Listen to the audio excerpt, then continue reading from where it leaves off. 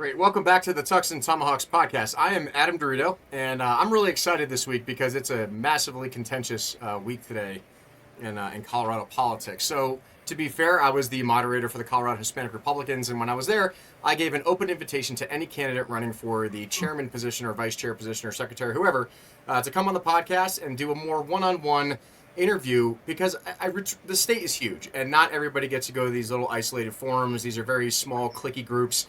And I think it's really important that every conservative and anyone voting for these candidates gets a real good in-depth look at who these candidates are. So the first one I'd like to introduce is Miss Lori Saine. Thank you so much for coming on the podcast today. Oh, thank you for having me. It's always great to be with Patriots. So, Lori, who are you? For everyone who doesn't know who you are, where did you come from? How did you get involved in politics? And how did you even end up on the show in the first place? The last question is harder to answer, actually. I'm kidding. But no, I've been in Colorado politics for a while. I was one of the people in the Tea Party movement, the Ron Paul movement, actually helped sweep me into office that first year in 2012, 2013. And honestly, I kind of thought all Republicans were the same until I actually got to serve alongside them. And I have to say 2013 was one of the worst years of my adult life. It was sit down and shut up. And oftentimes people would work with the opposite party or the media to, try to hodl me, and especially when I was talking on gun bills. But speaking out actually inspired others to run. Kim Ransom said that quite a bit. I saw you on the Colorado channel. You inspired me to run for this position. And so we grew our ranks to the point where I think that's when they pulled the trigger on the open primary stuff, right? Because we were starting to take over as a party and as conservatives. We had taken over the House. We'd been reelected. And frankly, that scared, I think, some of the donor class. So we were making some great strides. And when you vote for freedom and you can explain why you're voting for freedom and why that makes a difference to people, we started bringing everybody along with us. So you can see the cut scores. You can see the principal liberty scores actually shifting, starting with us and then shifting in the Senate. And so you can see that same trend going back downwards after we left. So leadership does make a difference. But I just want to say, too, that, being the House caucus chair, it's impossible to get reelected usually. Those positions are two-year positions. I was elected for a second term, then I was termed out. But that's in part because I help Republicans also get reelected. So I've been on the ground. I've helped with those efforts with fundraising. I've helped with knocking doors, getting meet and greets together, getting messaging together for candidates. So I do have that experience. Also was the chair of the Legislative Audit Committee while I was there and did some of the, I would say the state's first Doge bills, major Doge bills. It actually allowed whistleblowers, you may know something about that, Adam, allows whistleblowers some anonymity to report waste, fraud, and abuse in their departments, in their respective state departments, basically to the OSA, the state auditor. And we identified at least $600 million in 1 year when I was the chair, and that's quite a bit. That's a 900% jump. We were able to identify waste, fraud, and abuse and then take steps to mitigate it. So that's what the Trump administration is doing right now, obviously on a much bigger scale. But I can help with those bills. I testified on a bill recently. It was from Senator Rich, where she was getting rid of some of these barriers to entry for affordable housing. Like some of these Green New Deal policies making building permits astronomical, especially for first-time families, cutting that out. Also, some of the rules that are gutting our oil and gas industry, and I was the one that called that out. Maybe somebody did before me, but essentially all these clean air regulations are blaming the industry wholesale for. When the industry has increased the emissions, I think it's like 40% better than it was even 10 years ago. The stuff they've been doing is incredible. And so you can tell a lot of those emissions are not coming from the oil and gas industry. They're coming from other sources. And oh, by the way, we have a global air system, and some of that may be coming from China, who've increased their coal production plants while we've been shutting ours down.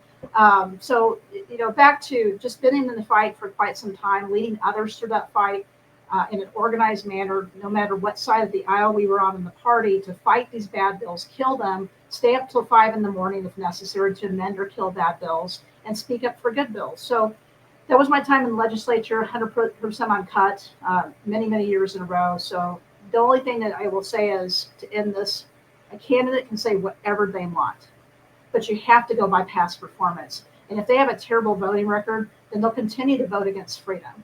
they'll continue to vote against fiscal governments, or in this case, a fiscal organization. They'll continue to uphold big government values and support those organizations that do that.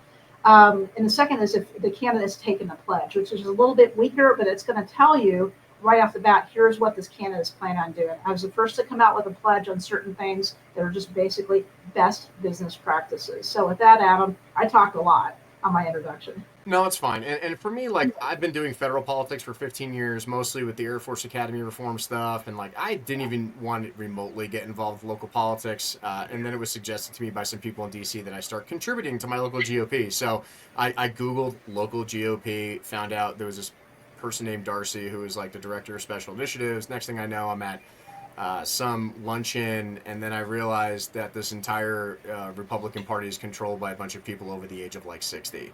Then I started going to pancake breakfast at 6:30 a.m. on a Wednesday because, you know, people my age go to those things because we don't have jobs or anything. And then I started realizing, especially in Weld County, so, like, I'm an oil and gas guy for people who don't know, and this has been, like, the bane of my existence, whether it was Prop 112 or anything else in the past. Now, it's something I lobbied with, like, Baker Hughes when I was working for them and Noble Energy when I was working for them. And I really didn't even know who you were. I think at the time you were a county commissioner, but, you know, I didn't go to any local things when that was going on. But when I started going to the local county commissioner meetings and I see the people that represent, you know, Weld County, and then I realized that no one is fighting for the largest industry that pays their salaries at all. And the only person I even heard about was your name at the time. And I didn't know who you were. I mean, to be honest, I still don't really know who you are now. But, like, people were like, well, why are these companies getting shut down? Why are we losing all these jobs? Why are we losing all this tax revenue? And I sat there and went, well, I don't see any of the county commissioners except this one person named Lori Saine at any of the meetings. I don't see them fighting the air regulations. And that's what I care about. Like, this is a billion-dollar industry. Noble Energy got sold out to Chevron. Anadarko got sold out to Oxy. You know, we've lost probably close to 30,000 jobs. And last year, the oil and gas revenue was supposed to be $2.7 million, and it was down to $119,000. Right. That's it. And for me, it's like, yeah, I understand not a lot of people in Weld County or even in the state go to these local meetings. It's held by a very small group of people, like 20 to 50 people. But we have over like 500,000 conservative voters in the state, and no one really speaks for the guys who are actually doing the jobs, whether it's ag, you know, whether it's ranching, whether it's oil and gas, you know, whether it's small business, things like that. But you are the only proponent that I have seen in a long time that actually advocates for the normal people in the state that don't have time to go to 6:30 a.m., you know, pancake breakfasts and go to these arbitrary meetings that nobody ever hears about and any of these things. So, you know, one thing I want to ask you, though, is that there's this stance about you that you're Lori Saine. And you talk to a lot of these people out here, and I'm like, I don't know what you're talking about. So explain to me why there's a bunch of people in the state of Colorado that have this opinion of you, and why do they think that about you? Because I think that's what everybody wants to know when they don't know who you are, and you're running for the biggest position in the Republican Party in the state. First of all, it's not just detractors that may call me that, because I've been pretty full-throated about liberty since I got into this race. And I'm quite honestly back to, I had no idea I was running for the state house. I said, I'll run if this guy doesn't run, and that guy dropped out. So then I was badgered into doing it because I said I would. But as far as the detractors using that, they accuse you of what they themselves are doing. That's what I learned in Weld County politics. And a great example of that is I went to testify on this anti-oil and gas bill that would have literally shut down the industry. I don't know if you remember that bill, but that was last year. The commissioners learned that I testified on the bill. I sign up as District 3 because that's who I represent. A lot of oil and gas fields in that district. And like I normally do, I testify, and I testified against the bill. It died shortly after. I'm not going to say that's all due to me, but every little voice helps, right? I come back and they said, we did not authorize you to testify against that bill. Okay, so that's my district. It's literally oil and gas country. It's right across from Art Peterson's Gate and Steve Wells. Like, without someone defending our jobs, like, to be fair, all the companies I worked for, we had to go get work in West Texas. We had to go to Utah. We had to go to Nebraska, New Mexico, because we weren't allowed to work locally because they made the permitting process and everything so difficult that it would cost us more money to operate in the state, even though we were based here in Platteville and in Milliken, than it would be to go anywhere else. Like, it was cheaper for them to send us to West Texas and work and make money for the company than waste our time here. Yeah. And to that point, back to I've killed bad oil and gas bills by running the clock out on them. Organized people, making sure the people on the floor are speaking against the bill, running amendments, which takes time. But for them to say on the record in a public meeting that, and chastising me for speaking out against an anti-oil and gas bill, that was eye-opening. Plus, not only shutting down my First Amendment right, but trying to shut down a whole host of people so people cannot use the public comment period to petition their government or to tell people what they thought. A good example is the anti-sanctuary county resolution that I ran, which they ultimately did not pass. They passed a version that does nothing. My version would actually stop the county from using county funds for health care for illegal immigrants. Ultimately, they wanted to continue spending money on illegal immigrants. And that's one of the reasons that Weld County was designated and still is a sanctuary county. So, it's just, I don't think normal people, like you said, they can't get up at 6:30 and be at a pancake breakfast. They're too busy, raising kids, going to their job. And oftentimes, if they're like a lot of Americans, they're working two jobs because of this government. And, the other thing I will say, too, is the attitude in Weld County has been remarkably different since the open primary. There's been a vast change. When you've got county commissioners 4-1, me being the one voting against taxes and increasing your taxes, that's a huge change. And I fought to make sure that money was returned to you. We have our own Tabor in Weld County. I fought to make sure that money was returned to you. You've got commissioners on the record saying, well, we're just going to use that money however we want. Which is wild to me because I've been to a few of these meetings now just as an observer, and they're just like, well, we need to build a new jail, so we need to raise taxes, or we need to keep the food tax in Greeley because we need to do the project on Highway 34. And I sat there and went, well, what happened to the 10-year sunset tax? We were supposed to match federal funds, and then you didn't do that because apparently that went to a slush fund and nobody knew where the money went, but they were spending it on parks, and gay LGBTQ are in all of the parks in Greeley. And I sat there and went, well, wait a minute. Wasn't that money supposed to be used for fixing the highway at the intersections that were really dangerous? And then all that money just disappeared and nobody knew where it went because it went to fund art projects in Greeley? Wow. See, I didn't know that either. I mean, back to... I learned about this at one of these pancake... Yeah, I learned about that at one of the pancake breakfasts we want. And then we had the sheriff come in and advocate for raising taxes in order to build a new justice center and a prison to house all the illegal immigrants. I sat there and went, well, I thought we were supposed to be like a tax-free county because we're making all this money off oil and gas. And then I saw a video that, well, we've lost so much revenue in oil and gas, we're going to bring in nuclear energy and have the federal government build a plant to bring back jobs. I sat there and went, okay, but nuclear energy is like a set designation. It's run by the federal government. Yeah, it brings some jobs, but not the jobs that oil and gas does, right? So they're already throwing away one of their biggest money producers, in revenue generation for the county. But they are immediately trying to find reasons to raise taxes, find alternative solutions versus the liquid gold, as President Trump says. It's literally underneath the third largest producing state in the country. And it just doesn't make any sense to me. And that also affects even the Western Slope, right? We used to go out to Gunnison and out to Grand Junction, and we had a shop out there for Schlumberger and Baker Hughes, and they all got shut down too because it wasn't friendly. So this not only affects just Weld County, but this affects the Western Slope and everything else.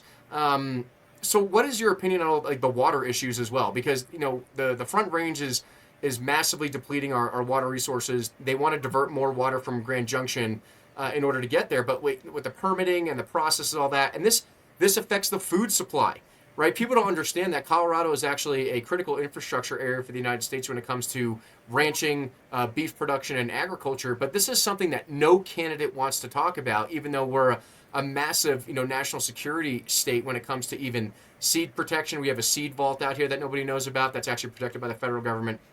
We have all these things that are going on. They want to rapidly expand Denver. They want to rapidly expand Colorado Springs, but they don't have the infrastructure to do it. And not a single politician in the state is talking about this. They want to talk about putting stickers on gasoline pumps and getting rid of mountain lions or something like that and bringing back the wolves. But that's not what Colorado people care about. We care about what's going to affect our lives. So what is your opinion on that, and what are you going to do as the state chair if you get elected in order to address these issues with future candidates that are going to run for office? Drill, baby, drill, first of all. And that is also a Trump administration policy. I will say I'm all the above. I'm great with nuclear. In fact, I've met some of the folks that were putting that together and trying to push that through, and I definitely applaud them. But like you said, It's going to be very limited jobs. It will make our energy less expensive in the long run. But if you think about oil and gas and everything it provides, this is what people don't think about. Oil and gas isn't just fuel, right? It's not just fuel for your car. It's not just fuel to heat your home. It's everything you're wearing right now, Adam. It's your microphone. It's the headphones you have on. It's our medicines. There's so many things that oil and gas makes that people don't really think about. Your iPhone, the computer I'm on right now. I mean, if you sacrifice oil and gas, everything's going up. Prices on everything are going up, including transporting your food. Now, I've been a main speaker for the American Groundwater Trust Conference for years, so I can talk your ear off about water for about 4 to 5 hours easily.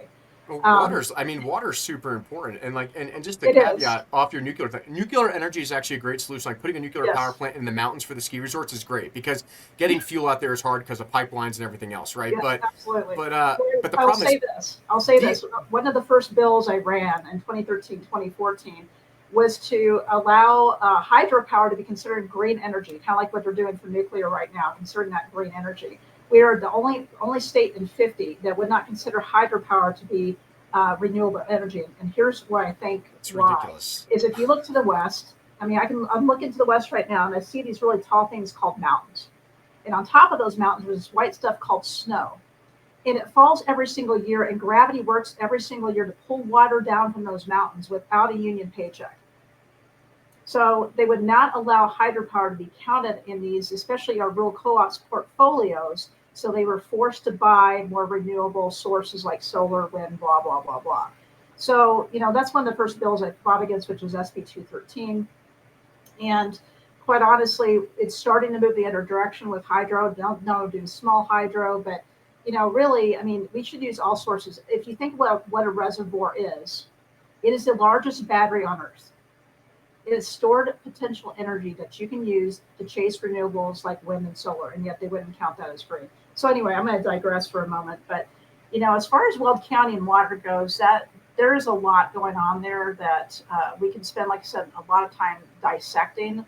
Are we managing our water situation as leaders right now? No, we're not. I will just tell you that. I've tried to put several meetings together so certain people kibosh that, and maybe because they are making an obscene amount of money from it. But, it's back to, as the state chair, we need to really concentrate on those issues that are going to move our candidates forward. And oil and gas is one of those. Regardless of where you're at in Colorado, Weld County produces most of the oil and gas in the state. And it actually powers like seventh in the country. Correct. And it powers your community and the rest of the nation. So you care what happens in Weld County. You care about the politics in Weld County that may be harming that production if that's what's going on right now. You care about the food and the agricultural production of Weld County because we are top 10 in the nation for agricultural products, which is a huge deal because we only have one growing season and California has 3. So we provide most of the food in Colorado as well. So, you care about what goes on in Weld County. And when things start going south, when politicians look more towards the donor class than they do to you, the individual citizen, then something is wrong. And we need to change it. And closing the primary and opting out is that option for us. And as a state chair, I plan on leading that effort and making it successful. No, and this is actually something I've noticed. I mean, I've interviewed a lot of candidates over the last year. I've talked to a lot of different people, but you are one of the only people that is running for this position that actually was a state representative, that was a county commissioner, and you can actually speak specifically to bills that you've talked on, how they worked, whether they failed, whether they succeeded. Everyone else just wants to talk about the drama stuff, and I personally, as a resident of Weld County who just has to get up and go to work every day, I don't care about your emotions and how you feel. I care about your voting record. And I care about what you're doing to increase my paycheck, lower my taxes, and make sure I keep my job. I mean, it's a huge fight at the refinery right now, and we have Representative Gabe Evans who's trying to do his best down there, but the problem is he gets talked down in Adams County. He gets talked down, where's our town hall? Where's this? Lauren Boebert, haven't seen her once, minus the campaign trail, talk about, we're pro oil and gas. And then the conversation ends there. But what are you doing in District 4 to fight for the companies that have left and want to come back? Jeff Hurd and Jeff Crank, they ran on those campaigns, and like, I'm giving them the benefit of the doubt. We'll wait and see. I hope that they're going to do what they said they were going to do in the campaign trail. But you are one of the only candidates, or politicians, I should say, that can specifically speak to the bills, what was actioned, what was going on, and furthering, because that's actually what matters to Coloradans is tax generation revenue. We have a $1.2 billion deficit in the country. Yes, the other day I saw Denver was protesting. All their teachers were protesting about how, we're gonna cut the Department of Education, or we're gonna cut teachers' salaries. And then Jeff Hunt's going around going, all right, so what else should we cut? We don't know, but don't cut us, even though they have all these education issues, but they don't know where's the money going to come from. Well, it can come from oil and gas. I mean, the amount of money that oil and gas can produce in a year would pay the state budget deficit off in less than a year. If they allowed Chevron and Oxy to do what they want to do, but they just don't. Right. So we talked about energy, we talked about all these good things that you've actually had physical experience integrating with, which I applaud you for, because no other candidate can speak to it other than they give the typical talking points that make them sound good. So when it comes to your focus, if you're going to get elected chair, if that's what the SEC decides to do, what are your top 3 priorities coming in that you want to do differently that's been done in the past? Great question. But first, let me talk about those teachers' unions. It's actually the governor and the state legislature cutting their budget or contemplating. It's not even Trump. Yeah, but they want to blame Trump, which is They ridiculous, do, because which it's is- like, no, it's Polis. Like, he even said he was going to do it. And then Like, yesterday, I held 2 rallies, one at in Greeley, which is red, by the way. It went completely red with Trump. And we held signs and basically said socialism is bad for you. And I welcome people to Trump country. And I will say that the scariest T-shirt I saw on one of those gals, she rips open her jacket, looks at me, and on her shirt says, "Is he dead yet?" And she was clearly referencing Trump. And while you're talking about this, I actually want to bring this up on the screen here, because this is concerning. These were the protesters in Weld County that were here for Bernie Sanders and AOC, and I don't even see a tenth of these people at any Republican meeting ever. These are Democrats. They were busting from Larimer County. They were busting from Denver, right? And they filled UNC. They completely drowned out the voices of the conservatives that live up here. This is a problem. As state chair, what are you going to do to make sure that we have this type of turnout and that we don't have to deal with this? Because if these people are successful, Lori, we're done. These people are just going to drown our voices out. So there's been a lot of division in the party over the last, several months. All the hubbub, I could care less. What are you going to do as chair, in addition to the top 3 things that you want to do to change? I mean, this could pretty much be the same conversation. The top 3 things you want to do as state chair.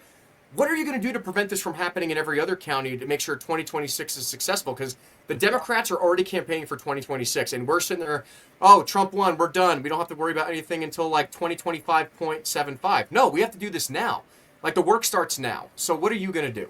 I agree. The work starts now. So before I answer that question, let me just say that we had a lot of people joining us kind of on and off in Greeley, for example. They came from every county except for Weld County. It was me and the one other patriot that voted for the opt-out. Wait, hold on a second. This was in Weld County. This is in Weld County.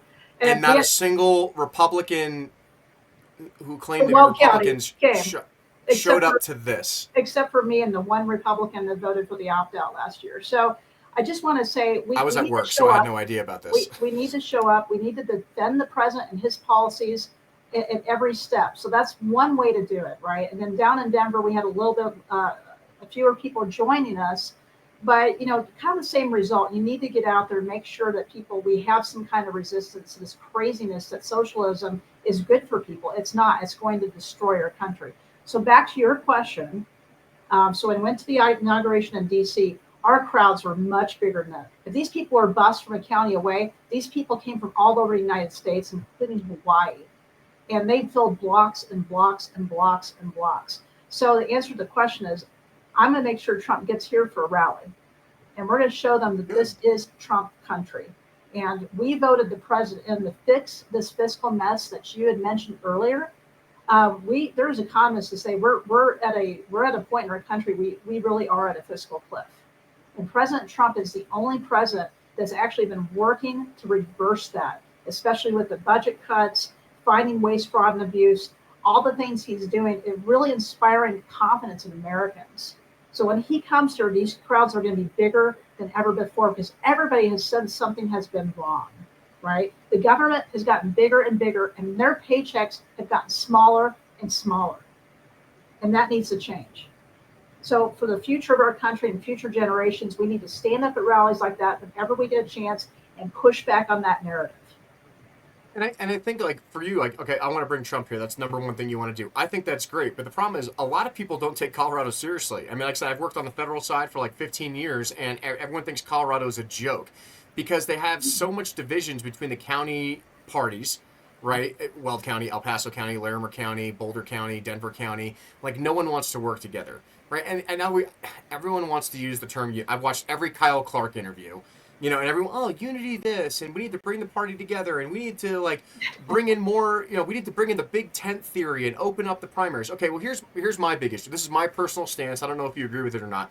But, like, okay, we open up the primaries and let everybody participate to potentially vote conservative. And then we have a bunch of soft, milquetoast people who come in, who get elected, and then they just are worried about staying in office. And I see this in Weld County. I see this in El Paso County, where these representatives, they ran on America First. They ran on oil and gas. They ran on farmers and ranchers. And then the second they get in, I've been to the Capitol testifying for bills, and then they sit there and stay silent because they got into office and they need to do what they're told. They're given a list of things they're supposed to vote for. For example, I will say at the Weld County GOP reorganization meeting, which I thought was fascinating. I ran for vice chairs for fun. Whether it was serious or not, great. We'll see what happens. But Senator Kirkmeyer printed out a list, handed it out to every single voting member in that audience, and said, this is who you're going to vote for. Mm-hmm. Well, how about you listen to the candidates and they decide who they're actually going to vote for versus being told what to do? And then they kept 40 people out of the PCP organization because, the Weld County chair at the time was Tom Van Loan, whoever. I'm just getting familiar with these people. They didn't appoint somebody within 60 days. So Dave Williams, who's the current state chair, appointed another 40 people to come in and fill those slots. And then they denied those people the ability to vote. But then they'll allow them to come in after the fact, after all these people were voted in. And it seemed like a very small group of people. And, like, look, I don't care. You guys want to run on, we want to open up the tent. We want to open up to all Republicans. We want to get more conservatives involved. But then you purposely eliminate people from voting in the conservative party because you already had your votes whipped in order to guarantee the people those seats. And you got your people in, but now you eliminated more representatives. And for me, it's like, I don't care. Look, at the end of the day, it needs to be as many people participating in the Republican Party as possible because we're not getting those 11,000 person crowds in Weld County. But then, we go to these, county executive meetings and like, well, we have $12,000 in the bank account to run the party. What? $12,000? What are you going to do? Buy postcards? Like, that's not going to do anything. And like, oh, wait, we're gonna build a trailer and then we're gonna drive it through a parade, and then we're gonna register voters. And I'm like, who are you registering? What outreach are you doing? Because I talk to the guys that are turning wrenches and wrangling cattle and fixing fences, and they don't even know who you are, right? So it seems like a very isolated situation where we're only selectively allowing people to participate that are going to vote the way they want to vote. What are you actually? Okay, so my question is this. What are you going to do if you get elected as state chair? You need to get more Republicans in the party and get more people to participate in every county, right? But what is your actual strategy to get good Republicans in? And do you agree with an open primary? Do you want to close the primary? Like, what is your opinion on all that? I think that's a really important question that people want an answer to. Okay. Well, I'm going to circle back around to the top three things, right? But first I want to say is that those 40 PCPs, they actually, I don't know who the candidates were taking advice from. Maybe you just clued me in, but they just voted against their own volunteers, people who walked for them, put signs in the yard, donated to them. Blows my mind. That's crazy. And it wouldn't even change the outcome of the executive board. So one lady, she's the wife of one of our commissioners, Scott James, said that I don't know this person. Well, this person actually worked hundreds of hours for me, Perry Buck, and Ryan Armagoss over the last 4 years, and then voted to not allow her to join the party. I mean, I don't know what party I'm in right now, but it's not the Republican Party. So if they're a registered Republican, they should be able to volunteer as a PCP, right? Like if you're Especially a registered Republican. Those precincts have been open for 2 years. Some of those precincts have been open for 2 years. Wait, so what you're saying is we have people that are, whatever, in leadership positions in whatever county, and you're using Weld County as an example. Yeah. And because they don't personally know who they are, we're not going to allow them in. And you should have known who this person is because they've been out there volunteering. So back to when people use the word unite, it's a broken word because what they really mean is sit down and shut up. That's what they mean by that. And I think there's always going to be a minority faction in our party that are going to fight against people restoring power back to the grassroots. So that brings me right back to those three things you just asked me about if elected state chair. First and foremost, it's close the primary and opt out. And why do you think that's important? Like, because a lot of people are confused about what that actually means. Why would you want to close the primary, and why is that a focus for you as state chair if you get elected? Well, for one thing, I've seen exactly, as I mentioned, what happens to people when we have an open primary, and you have donors who, by the way, fund candidates on both sides of the aisle, spend $500,000 or more to persuade unaffiliateds to believe things that aren't true about a candidate, either that this is the real liberal candidate or this is the real conservative candidate. And most grassroots can't afford to raise that amount of money. So what happens is you have people listening to the donor class rather than their own constituents. And that's a dangerous situation to be in. That's not a republic, right? That's an oligarchy. That's a definition of oligarchy. So by closing the primary and opting out of the primary where we have Republicans selecting our own Republican candidates, that returns our party back to the grassroots. And if you have not read this book, it's called The Dictator's Handbook. It's kind of like it's not teaching how to be a dictator. It's kind of like the screw tape letters, right? It's like the opposite. But it teaches you basically that first thing a dictator will do when they get into power is they jettison all the people that got them there. And then as they move up in the ranks and they acquire more people and assets, then they jettison the next one and the next one. So essentially you're removed from the people who got you there in the first place. If you opt out and you allow Republicans and only Republicans to pick their candidates, you can't do that anymore.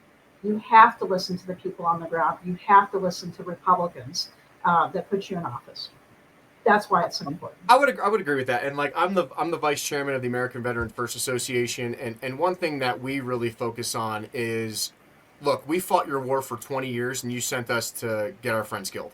And the big focus of this national group that's directly associated with the Trump administration is we want our guys to be put into office and they don't have any money. You know what I mean? They're not handpicked candidates. But like I got plenty of combat vets that are gnawing at the bit to either take school boards or state senate, whatever it is, and that's around the country. It's not just Colorado, right?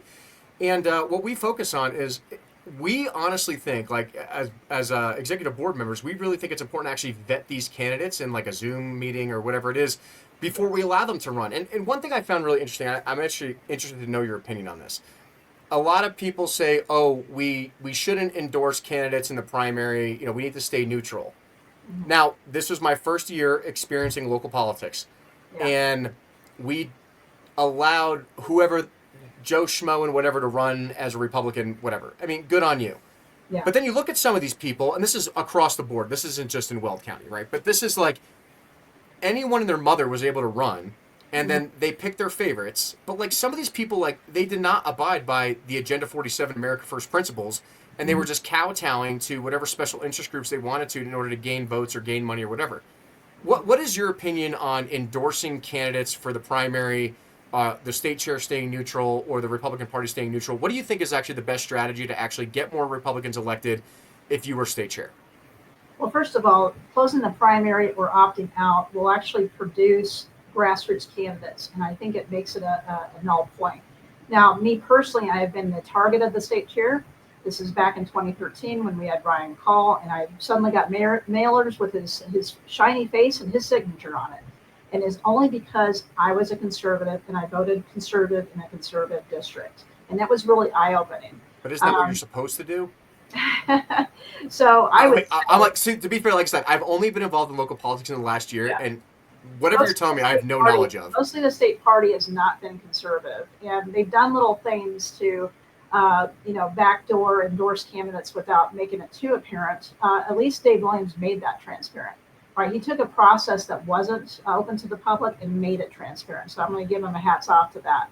But I think if we close the primary and opt out, I think we no longer need to do that. Also, it doesn't stop county parties from endorsing, by the way. They've always had that power to endorse candidates. So it's putting a little onus on them, right? Because I've asked a couple of them, well, you want the state party endorsed, but you don't want to endorse. Why is that? Well, because it does create a friction point. So I'm just going to say again, if we're doing the opt out where you have to go through caucus and assembly, it's going to take care of itself. And as far as you know, my solution also is to keep it open for a presidential candidate. So if there is a JD Vance in 4 years, then let's endorse JD Vance because that's the obvious choice. And this is something I saw. So I'm in a union. Unfortunately, I'm forced to be in a union working at a refinery, right, where it's 50-50 for sure. There's conservatives, there's Democrats, right? But I went to the APAC meeting here in Colorado. I go every year. I represent the refinery. Yeah. And it's interesting because, we claim, we need to be neutral in the primaries and not endorse candidates. I'm telling you, at an APAC meeting that's not even involved in the Democratic Party directly, they pick their candidates there and they say, this is who we're endorsing and this is who we're supporting. And what I see, just like the 11,000 people that showed up to Weld County, for Bernie Sanders and AOC, I think that's an advantage that they take, is that they pick their winners up front and that they say, we're going to rally behind this one person, put all our funding, all our donations, all our efforts towards this one person because we're going to try to push them to win. And whether that was Trish Calvary's against, Lauren Boebert or, the funny thing was I talked to Trish Calvary's at APAC and she was actually pleasant in person, ironically, even though she doesn't, we can agree, I don't agree with anything that you're saying, but at least you're a nice person. The other experience I have is I agree on everything that you're saying in the Republican Party, but then behind the scenes, you're working with all these messed up situations and you're lying about everything that you're doing. And it drives me absolutely crazy. So I think, in my personal opinion, if we can rally behind good, effective candidates and we can put our funding and our efforts towards them, they have a better chance of actually winning and flipping these seats versus splitting it up between 5 or 6 different people, and then we split the votes, and then all of a sudden we got a Democrat again. And I think that's what happened to John Fabricatore. He's a great example in District 6, where it's everyone rallied behind Jason Crow and the Democrat side. He raised $20 million, and John didn't stand a chance in that county, despite he was a great candidate, but he only raised $250,000 because you had all these splits and all these things in the party and everything else. So we have these contentious districts. We have these contentious elections coming up in 2026. What do you think is the best strategy to win some of these contentious districts as state chair? And what would your strategy be moving forward in order to produce winning candidates? Right. Well, I will say if we close the primary and that happens first for some reason, I'm sure there's a way we can let people know that these are the people who went through caucus, for example. Right. I'm sure that can be arranged. But as far as contentious districts, first of all, I would say to you that we need to start with the basics. We've been cutting corners on that for a long time. And I'm not saying that Dave's team wasn't started on that path because they were, but they were just under fire for so long. So one of the things I'm going to do differently is that I'm just going to go around the people who are always going to fight us and just concentrating on doing good stuff. That begins at the PCP level, which we will absolutely need to fill if we do this opt out. We're going to have to, so I call it the Weld County plan. So that's number 3, right? Besides the primary opt-out is the plan, right? And the plan is something the chair must execute to get more Republicans in office and help county chairs get more Republicans in office. You wouldn't believe how many conversations I've had with county chairs over the last couple months as far as what they need and what they were lacking. And some of these seats we missed by 200 votes, 70 votes for some of these lower level positions like county commissioner. And others. And I think when we go to the ground and make sure we have Republicans in all races, by the way, not just in state races and not just in U.S. Senate races, but those important races. I mean, some of these local governments, as you have just experienced, may have more effect on your life than the state house will, right? So they do 100%. I don't think most Colorado citizens understand that. Okay, your state representative's fighting over mountain lions. They think that affects it.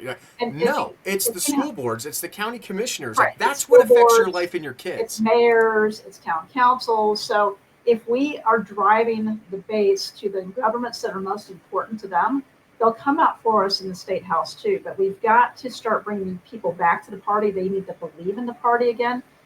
And I think we're going to get people excited if we opt out because I've talked to a lot of disaffected Republicans who are now unaffiliated. And by the way, some of those people who were refused a couple Saturdays ago have now turned unaffiliated because they're just done with this party. That's actually really disappointing to hear. Right. And there's quite a few people that have had the same experience with our party for the last 10 years and have changed to unaffiliated. And when they see a change that they can believe in, and by the way, a lot of those people raise their hands because of Dave Williams and because of his boldness. Just to let you know. I mean, and don't get me wrong. I think leadership from the party, right? You know, And and to be completely transparent, like I think the one yeah, thing that Dave Williams did wrong, which kept him under fire literally until this point, is like now as an army guy who has a dark sense of humor, I thought it was absolutely hilarious because I think it's funny. Was he put God hates flags, right? And it's like, well, I'm a Catholic. Sorry, I actually agree with this. Is that we don't support these things, but like when that email was sent out, it caused all these issues. It caused this other meeting to occur where they literally tried to oust him. Where, ironically, and I thought that was funny too, I ran against Hope Scheppelman to be the vice chair of the state at that meeting in Brighton just to try to throw a grenade into the room because I went to that meeting just as an observer. And what I saw when they tried to oust the entire state party leadership in the middle of the most critical election in the United States against Biden and Trump, it was an yes, embarrassment. And look, and I will say this because I can. Eli Bremer is also an Air Force Academy grad. So am I. And you want to know what, dude? Nobody likes you at USAFA. And look, I'm the bastard child of USAFA. I have fought the federal government and the DOD in federal court for over 15 years against the Air Force Academy, against rape, sexual assault, retaliation. Nobody likes you in your class. I actually interviewed other Academy grads about Eli, and it's just like when I saw them stand up there and then try to oust the entire party in the middle of the election. Look, if you don't like Dave, great, awesome. You know what you do? You wait till March 29th, and then you can vote him out if that's correct. what you want to do. That's But the correct. fact that they caused so much Yeah, disinformation, and I recorded the whole thing. I posted on my YouTube channel for those who want to watch the entire thing, where Kirsty Burton Brown gets up there and chairs the entire meeting and then hands it off to Rich Holtorf, which I will respect him as a fellow Army soldier. I call him Colonel all the time, and then he purposely mispronounces my name like he doesn't know who I am. He goes, Dorada? I'm like, Colonel, it's Dorito, but thank you. He does it on purpose every single time just to like dig at me without digging at me directly. yeah. And he's also running for state chair, and I invited him on the podcast. He didn't answer. I will respect Oh, him his as name is. That's why. yeah, I'll respect him as a fellow soldier, but when it comes down to brass tacks, he always, whatever, he was a state representative too. I want to see results. And all I see is people that are personally out there to benefit themselves and do things on their own. And they be the good boy or the good girl, and they play the party line. So you want to bring Trump out here, that's your main focus, to actually take Colorado seriously. You want to close the primary, that's what you brought up as number 2. Mm-hmm. So what is number 3 for you? What do you think is the third thing you can do if you're elected as state chair in order to push Colorado forward and the RNC take us seriously once again? Well, first it's close the primary, opt out, and then the plan. But I also took a pledge too. So it addresses some of the things that you talked about. One of which is I'm going to make sure that I take a political conflict of interest statement, and I'm not running for anything else while I'm the chair. So that should make things a little easier. By the way, I can't let this go. You were at that meeting. Did you hear any of those candidates say that they were for the open primary at that meeting and then change their minds? Let me think. Do let me know because I'm very interested in that. No, so if I remember correctly, they were just like, we want to open this up to everybody. Like it was a very open. I thought I was at the DNC. Like it was really weird. Like I was sitting there, just Okay. watching, just hanging out. Oh, and to be fair, 100% transparent. I pull up in my car, and Todd Watkins has me approached by 2 sheriff's deputies because he said I was a threat. And I'm like, I have a top secret security clearance. I'm in the military, right? And like the cops were like laughing behind him, like because he thought I was a threat. I'm like, hey man, I'm a registered Republican. I'm just attending your meeting because I want to see what's going on. Because to be fair, when I first got involved in local politics, I don't know what's going on. I don't know who Todd is. I don't know who Dave is. I have no idea who any of these people are. I was just interested as a guy who works in civil affairs and psychological operations. I was interested to see like how this works. And I will tell you, it's actually easier to flip Syrian tribal ISIS members than it is to deal with anyone in the Republican Party in Colorado. Like, I'm dead serious. Like it is Well, almost I'm gonna comical agree to with me at you. this point. I'm gonna agree with you on something. Is that it costs us seats? It costs. It did. 100% it cost us seats. And it was a joke because it should have been a red wave. And all it did was create so much division that, and I will tell you from the federal side, because I talked to I won't be specific because they don't want me to say their names, but I worked with other representatives from other states when I go to DC to pass the Dorito Act, which is something I'm working on the federal side. And they're like, dude, what is going on in Colorado? Like, nobody takes you seriously. And I sat there and went, like, I'm not responsible for this. Like, I'm just a registered Republican in the state. They're like, you need to go get involved in this stuff because this is an absolute joke. And I sat there and just went, look, I'm trying as hard as I can. But, like, when you have an entire group of people try to overthrow the state leadership in the middle of Donald Trump's election, which was massively critical to the success of this country moving forward, Yes. what are you doing? Like, what is your That's intention? not Like, leadership. That's not it's not leadership. And I hate to say coup because I don't want to use like buzzwords because I really don't care. In reality, I'm still just an oil and gas worker, farmer, rancher, paratrooper in the state of Colorado. I don't You give a could shit. just call it poop. Yeah, I know. It's for the simpletons. Like, I hate using simplistic language, but like, it's a That's the joke. kind of leadership that it is. It's just So it's bull hockey. So I guess before we move to your third topic, like, and I hate to use this things that have been on, thanks Kyle Clark, but like, when it comes to this whole unity argument, which is what every single candidate has talked about, like, what is your strategy moving forward to actually push these Republicans to actually do their freaking job and actually get more people involved in the party? Right. Well, one thing is not watering down their principles like some in our party want to do. I mean, for example, my pride flag is the American flag. That's what I fly during Pride Month, for example. Hell yeah, that's the answer I'm looking for. And we don't win converts by our party by saying we're actually ashamed of our principles. Our principles are timeless. It makes our party what it is. Those planks of the party that cut rates on, for example, or the Liberty Scorecard, or the principles of liberty before that. That votes on, do you really believe in what you say you believe? Because I've actually watched a lot of people throw red meat in the room, get the crowds fired up, and the first time they get hit in the face, they don't have a plan for it, and they just back down and they lose their spine. So, one of the things about leadership is you build up other leaders underneath you, right? So that's part of the plan, right? The plan starts with the basics, obviously. There are people, we executed this plan in Weld County, this is before you kind of came along. And then those same people that, I ran these meetings where we brought speakers and we were signing up PCPs, we're actually selling cool merchandise, like the hat I was wearing yesterday was made by ladies. It's Keep Weld Great, right? Fundraising to get people back in the party and the messaging, and they were absolutely crushed by the left in our party, who accused them of all kinds of things and ran them down to the point where they said, you know what, we're going to take our talent somewhere else. And a lot of those volunteers, by the way, I've actually told them, if you want to keep volunteering, Larimer County wants you, Boulder County wants you, right? So again, we're going to move around the people that are creating the chaos and trying to create disruption and doing Saul Alinsky tactics, because that's basically what they're doing, and we're going to just keep moving forward. That also looks like roundtables with leaders, whether that's your county chairs and other leaders in the party who are really good at doing a certain thing, right? There's some people who are really good at videos. There's certain people who are really good at getting people organized. And having an organizational structure where we actually have people in place where we can utilize their time and talents and also raise those people up. I'm like, you can be one of those people, Adam. I mean, you're a great spokesman, and using you as a spokesman for certain topics would be fantastic. It shouldn't just be one person's show, right? That's when you can tell somebody's in it for themselves and not for the service of others, right? You want to lift other people in those positions. Weak leaders don't like that because it threatens them, right? So I want to lift others up to be the spokesman and to work the roundtables and to work on these discussions. So number one, we can get people back to our party. We can get them engaged in caucus and assembly.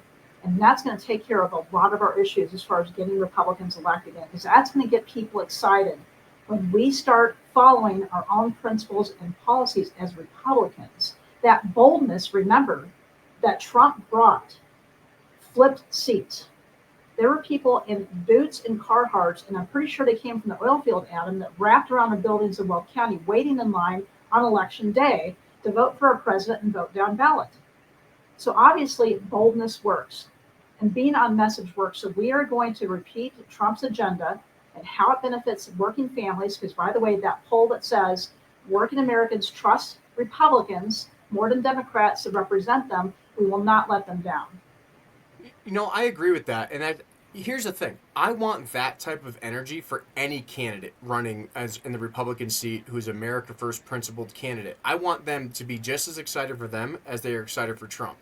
And I think you bring up something really important, which is something I've tried to work on with the America First Veterans Association, is messaging. Because like I said, I don't want 20 to 50 people controlling everything in any county, ever. want a good social media strategy, and it's something I've been working on in the background, trying to get social media people involved. I've connected you with some of those people, recently, because they're from DC, they're from other states, but they want to come in and actually help us do this. Because Right. if I have to read one more freaking goddamn, sorry, excuse my French, Facebook group fight about absolutely nothing with all of these people fighting each other, no, I want the good Twitter posts. I want Instagram. Yes. I want Twitter. I want Facebook if we have to, But I Yes. mean, like, I think a big thing moving forward that's going to make the Republican Party successful in Colorado is messaging, centralized messaging like the Democrats do. Because you want to know why they got 11,000 people in Weld County for AOC and Bernie Sanders? Is because that was all coordinated on social media, Reddit, and everything else. And I'm sorry, we need younger people who understand how that stuff works to be involved in the party to start doing that. Because if I have to have all these geriatrics show up with their pancake breakfast with their four people with one sign written with a .7 big pen, lettering on it. Like, what are you doing? This is not effective. Like, this is not good psychological operations. And to be fair, as Republicans collectively, we have to do that. We have to psyop the Democrats. We have to pull them over to our side. And I think you, if you are elected chair, I think you are in support of changing our messaging strategy in terms of modern social media messaging, because it has been done terribly under, and I will say, to be fair, under the current leadership in the Colorado GOP. The messaging has been really bad. The occasional email, if you're on the email list, the occasional Facebook post, it's not enough. I don't need selfie videos of you in front of your house. I don't give a shit. What I care about is like, hey, Trump's coming. Hey, we're going to this candidate. 30-second, make some cool music. Give me some Disney Kronk. But a call to action, and basically, call to actions. Republicans. Yes. I had 2 young Republicans join us on the rallies yesterday. And I didn't hog all the interviews. They got some of the interviews too. And that was exciting for them. It was exciting for the listeners.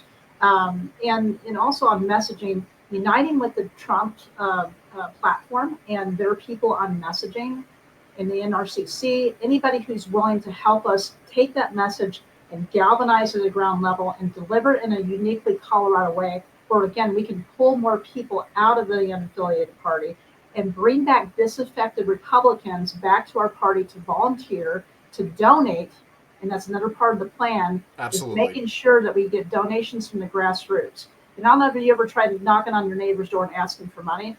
They normally show up with a gun when I do that. Yeah, maybe it works for you and maybe not. But, we actually have to have a relationship and reestablish a relationship first on their issues, and that we are actually taking action and fighting back before they're actually going to donate to us. So having more modernized systems like CRMs and things like that, where we can say, we've touched this person this amount of times, we've asked them to donate, or they have donated. People in the past will tend to donate again, especially again if you're on principle and you're with Trump's message, right? Exciting those people who turned out for Trump, that actually put a lot of those people in the seats. And again, not trying to say those candidates didn't work hard, but that was the Trump bump. We didn't get the full Trump bump that some of these other states experienced because of the infighting you just mentioned. Well, and that's the problem with 2026, right? Is that it's not a presidential year election. We're going to have a lot reduced. But the thing is, like, I think my neighbors, for example, like they're firefighters, they're nurses, they're ranchers, especially out here. They feel like they have no impact on anything, and they don't participate in politics. They don't care. They'll just vote down ballot or whatever it is, but they're not actually participating in, like, the primary elections or actually selecting the Republicans that are going to run. They have no idea who their county commissioners are. They just like vote for whatever sign they see on the road. And I think that like a modern social media strategy in order to actually, like I said, the reason I'm doing these podcasts is so people know who the hell Lori Saine is in Gunnison. Because I mean, like, you don't have the time to drive out there, and they don't have the time to drive to you to see, like, like, for example, when I did the Colorado Hispanic Republicans Forum, like, it was great. I thought it was really informative. I thought it was very well done, but like not everyone in Colorado is there to see you talk, right? And the state is so big, it's how can we get that information out there? And we need to make sure that local Colorado citizens, the disaffected voter, these unaffiliated, understand that their voice actually does matter and that their participation does matter, and we can change things. Like what the Democrats have done that's been so successful is make everyone feel like it's hopeless, that no matter what they do, that the Democrats are going to win and that their narratives are going to be pushed and these people from California are going to come in and ruin our state. Well, not if you actually grab your neighbor and bring them to an election and actually bring them to these forums and participate. We just have to make it more accessible. And that's what I do with the American Veterans First Association, right? Is that we can make it more accessible. All those guys at Carson, we can show up somewhere and cause problems and actually get people elected that we want to run, right? And I think that you have brought up a lot of significant points that make this important, that like there is hope for the future of the Republican Party in Colorado. Right. And the other thing too is, I've already spent time in leadership with some of these county chairs before they inevitably pushed me into running for this. But it was meetings about the opt out and what that could look like. And the more they talked about, the more excited they got. And self-governance is hard, but we can do it, and that's the message that I'm sending. But also when you mentioned earlier about again, the unity part is going to come from better leadership. If you can create such a strong vision of here's how we're moving forward and galvanizing people around that vision, you can move people forward together. And like I said, I've done that as the House Caucus Chair, where we fought as a unit, a whole fighting unit, against some of these horrible bills like the oil and gas bills. It certainly can be done with the right leadership. So I just want to assure people that even though there's going to be probably continued infighting, because again, the motivations are different with some of the folks that are fighting versus some of the folks that are actively leading. So I just want to let folks know that you can still get good things done despite some people that, either might sit it out or throw rocks from the sidelines or actively try to burn the house down. There are strategies that mitigate that and continue moving forward. All right. Time for a contentious question, because this is actually something I've heard about you. Like, so everyone calls you on the other side of this division within the Republican Party, Lori Saine, right? And reasons I've heard after the Republican Forum for the Colorado Hispanic Republicans, which you were endorsed, so congratulations on that. But what I heard a lot after that was you're just Dave number 2, right? And to be fair, I don't know Dave Williams that well. I've talked to him like 3 times, I think. Once at the RNC, the other one at the inauguration. We've been friendly toward each other, but I don't know who Dave is as a person. Oh, and his debate with Jeff Crank. That was the 3rd time I've talked to him, right? So everyone thinks on the other side of these the establishment Republican Party that you're just Dave 2.0. What are you gonna do that's different than Dave? This conception that like Dave Williams has burned the party down because he hates gay people. Okay, whatever. I don't care. I'm a Catholic, so I don't agree with it anyway. So get on your horse and ride off into the sunset. Looking at my website, and let's just direct people to my website too. Yeah. See more about there. It's lorisaine.com, LORISAINE.com. You can look at the pledge I've taken there, and that's in the initial start where I'm different from the Dave administration. A lot of that's just best and simple business practices. One is having a full CPA audit, for example, doing quarterly reports so people don't have to fight over it. Taking that political and fiscal conflict of interest and signing that. I mean, just basic stuff, right? But continuing on the good mission of the opt-out and closing the primary, right? And so if they're calling me Dave 2.0 because of that, then I'm proud of it. But I am going to be different from Dave because I've already signed the pledge articulating some of the differences I'm going to bring. And it's going to be more business-like and more optimistic. So back to the point of when I've talked to some of these counties, and they said, I lost a race by 70 votes. That should never happen again. So back to my experience of helping with marketing, messaging, getting volunteers on the ground, doing those events, the state party should be helping our counties get Republicans elected, right? And so that's the experience I bring that you won't find with any of the other candidates. Not a single other candidate has that experience or has the voting record that I have. So with that, that's what makes me different from the other candidates. That's why I'm drawing the most fire, is because I'm probably in the pole position, I have to guess. But back to we need to have a professional leadership of our party, and that includes marketing and messaging, like you just said. Already using a great young lady who has proven herself. If you look on my Facebook, that's the type of messaging we should be doing, right? Repeating drill baby drill, repeating our values and our principles. And Agenda then 47. Also, there's wholesale marketing, right? There's top of the market awareness, but there's also going to ground and targeted campaigns. I don't want to say too much because I don't want to tell the Democrats exactly what I'm doing, right? Yeah, there is a strategy to it. there is a deeper strategy, but I'm not going to blast that out online right now because I really don't really want them to know.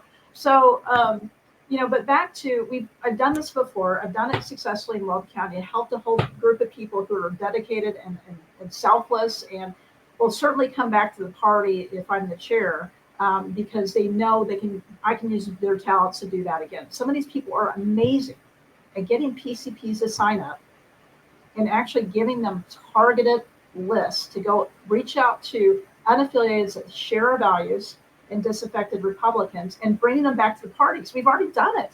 I mean, so it can be Yeah, done again. all those PCP slots need to be filled if we want to grow as a Yes. party. And with the It's Trump just administration and everything he's doing right now and fulfilling his promises, this should be the most exciting time for a Republican to live in, no matter what state you're in. yeah, we got like 3.5 years to fix this country, and it starts at your house. It really Yes, does. it starts in your So neighborhood.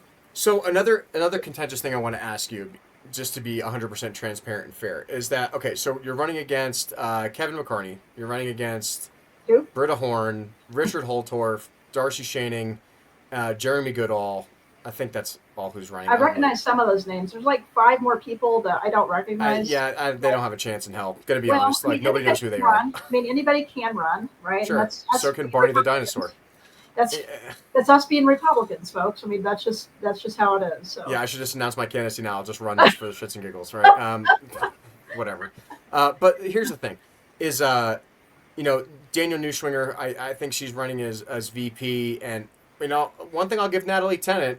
She runs the Never Surrender group. Is she posted a bunch of videos of her trying to ally with Britta and then flopping to Richard Holtorf. Like you see this nefarious things going on. One thing that really bothered me too that I saw today was Darcy Shanning. She posted a video basically taking credit for Steve Bannon coming in next week for our Golden Gala in Colorado. And I don't think that's necessarily accurate. I mean, like I said, I work on the DC side. I know a lot of things that people don't know. yeah, I know Steve's people, and I know his personal security team, and they've reached out to me. I've seen Heidi Beadle was invited to the Colorado Hispanic Republican Forum by Darcy, which is a Democratic news outlet. So, there's a lot of nefarious things going on. I'm not trying to discredit or credit anybody here, but I'm just laying the facts out as they are. We are trying to reform the Republican Party under new leadership. We have multiple candidates involved in the race that are doing whatever they can to do to win. I mean, you did personally attack one of the candidates. I think it was Darcy when I was moderating. I even had to look away and go, "What is going on right now?" I wouldn't say from it's the personal attack. It's the truth. yeah. So you speak about financial fiscal responsibility. It's a lot of people from multiple factions in the party demand fiscal responsibility, and you've demanded accountability for Republicans that have maybe failed candidates in the past, whoever they may be, whether it's people accusing Dave Williams or people accusing Britta, from her Routt County, whatever debacle that was going on with the lawsuit. What are you going to do as state chair if you get elected to ensure that financial responsibility? What are you going to do to stop the infighting? What are you going to do to be as transparent as possible in order to make sure that Republicans can win and not allow the Democrats to continue taking seats to stop the infighting? First, I want to ask: isn't Heidi Beadle? Is that the transgender reporter? I think I've met her once. Yeah, I don't know who she is. She's one of them. I think she's the one who called me a lobbyist, and I'm like, I'm not a registered lobbyist, you idiot. Okay. Yeah, I don't know who But she's. back to transparency. I mean, you Sure. just you says they're fundraising for a party and they have funds committed, and yet she owes the party money. Now we've had a conversation since then, and she says she has paid part of it back. It sounds like she's going to pay the rest on March 28th. And again, I said online, I would thank her. Wait, hold on. So just to be clear, Okay. the person, Darcy, who you accused of owing money to the party, does in fact owe the party money, but she wants to pay it back on the 28th, which is the day before the elections. So back to, I will thank her, and I said this online, I will thank her if she gets, if she resolves that, right? But back to, if you're going to say you're fundraising for the party, then make sure you don't have debt unresolved to the party, right? That's pretty important. Yeah, for sure. To point out. For sure. And so that's not attacking a candidate. That's just telling the truth, right? It's just transparency. It's just transparency, right? And what you do fiscally matters. So again, back to the pledge. I'm going to refer you back to that because we haven't had a full CPA audit, and I don't know when in this entire party. It's not just Dave, right? I mean, Dave has struggled from the beginning with some of the books that have literally disappeared. Like, I don't know how you can do a CPA audit. Yeah, thanks Kirsty Burton Brown for doing that.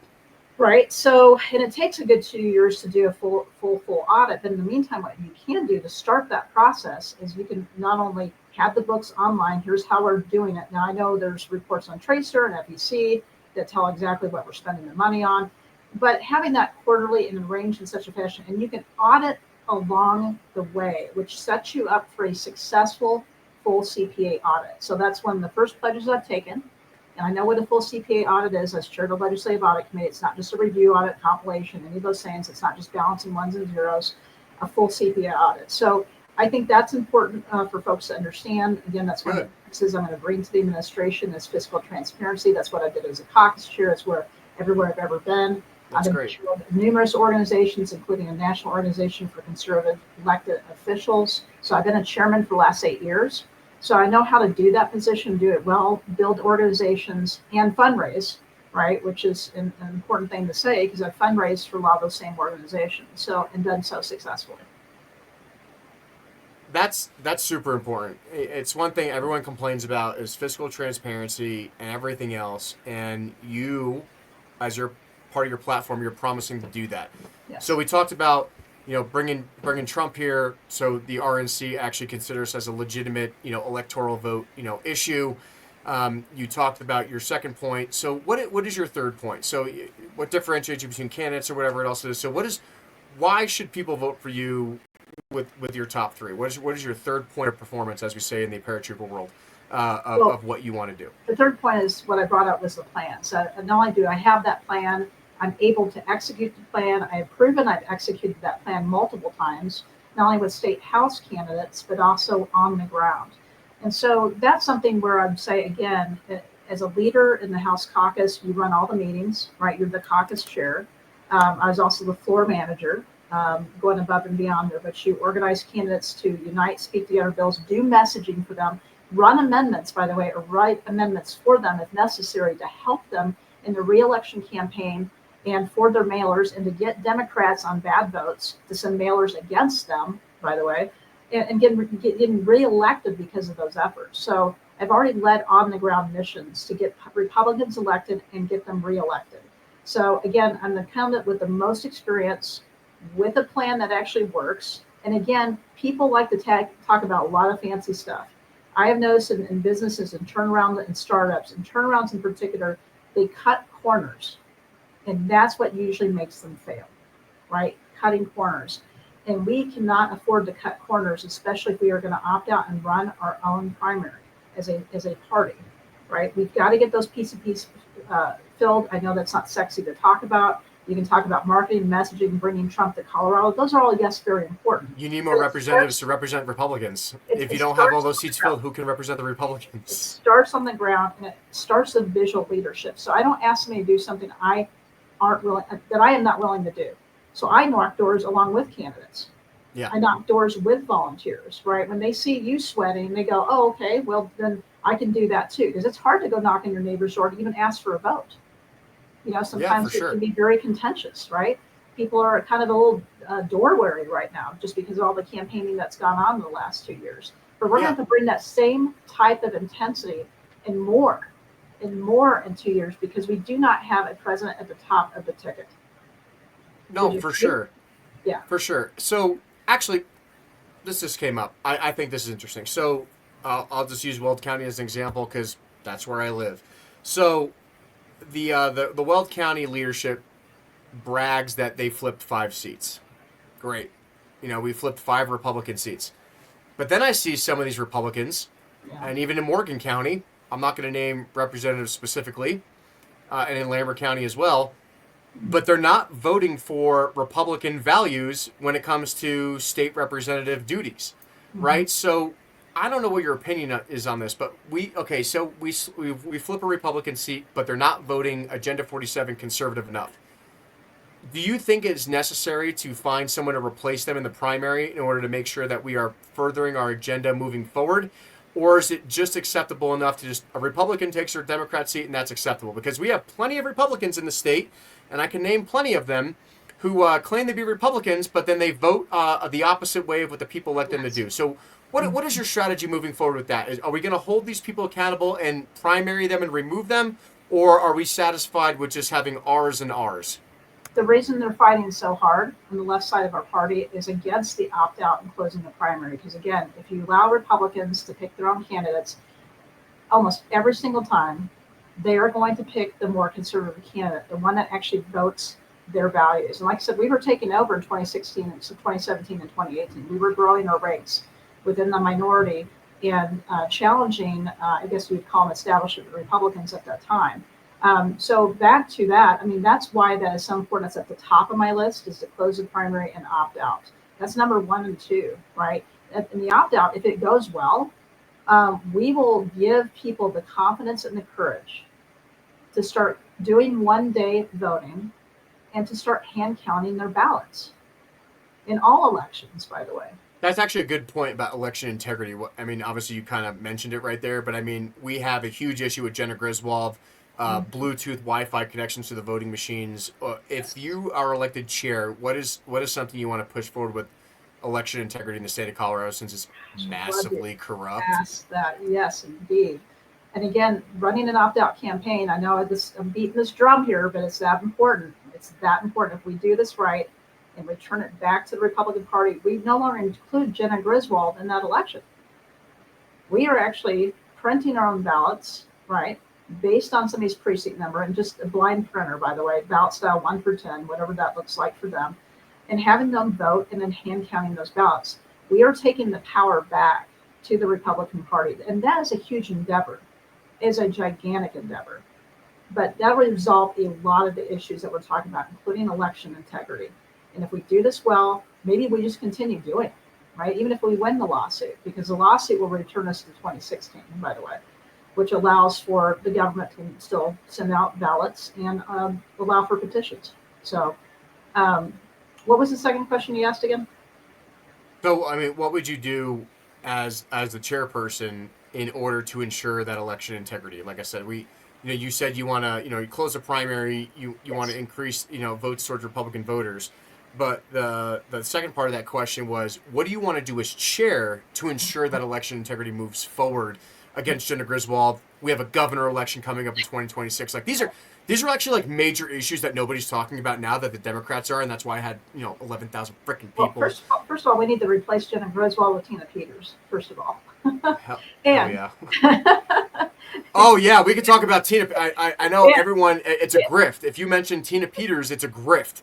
Everyone's trying to earn money, from Sharona Bishop to Joe Altman to everything else. But like, at least the discussions you and I have had, you've actually been involved with her legal team. You've actually done things. Yes, her legal team. Yes, and that was repeated to Joe, and he received assurance when one of our attorneys have been working with them. The message is still the same, and Tina actually repeated this at the Evergreen debate.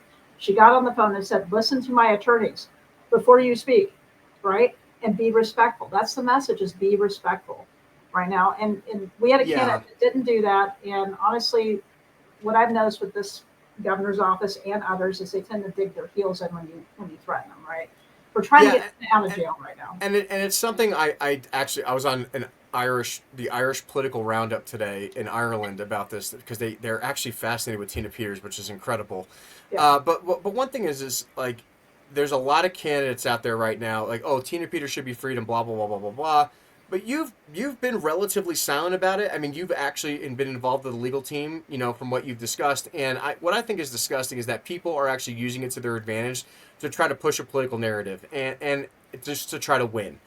And from a personal standpoint, I got to give you a level of integrity on that. Is that you aren't using it as a way to get elected. You're using it as, this is the right thing to do, but I don't need to talk about it. And I think that's really respectable. Also leadership too. And I ran the email I sent, recently past the legal team and said, "Is this okay?" And they had a couple corrections and things like that. But I will say this: I appreciate the state party sending out the email. I repeated the email. I changed one thing on it. Unfortunately, it looks like the phone number was wrong on the original email. Okay. And guess who picked up that same email and just rearranged the wording, but used the same bad phone number?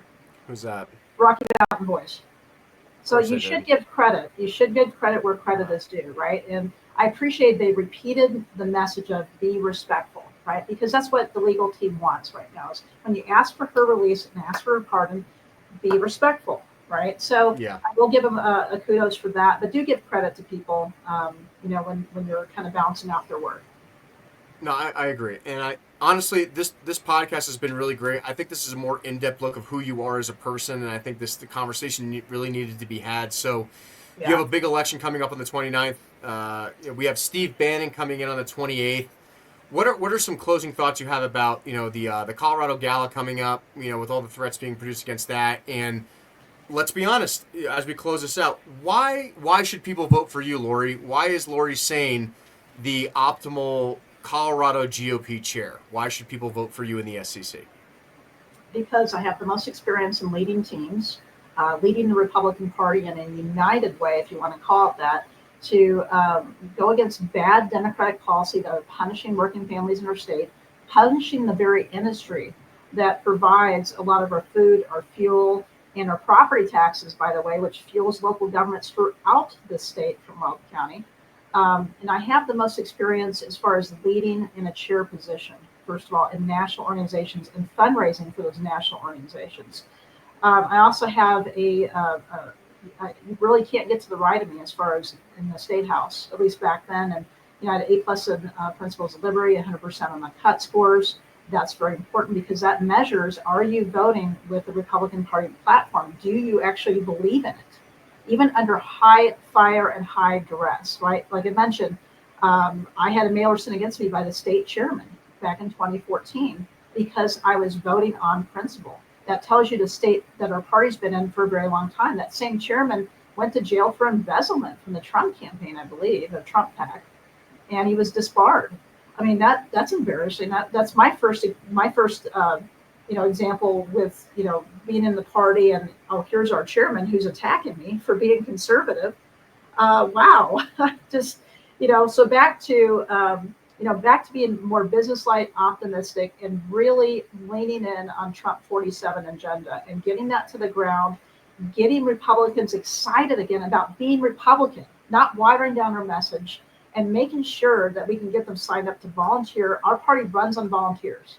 And if we're rejecting volunteers, that's not the message we want to give.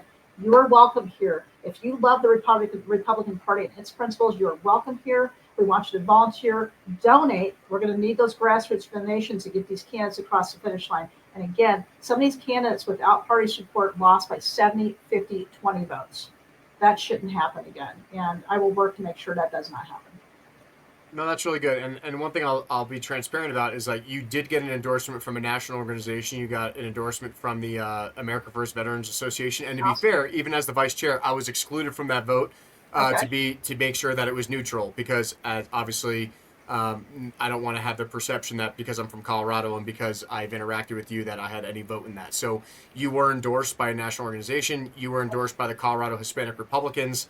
And I think that's admirable because the vote was very close.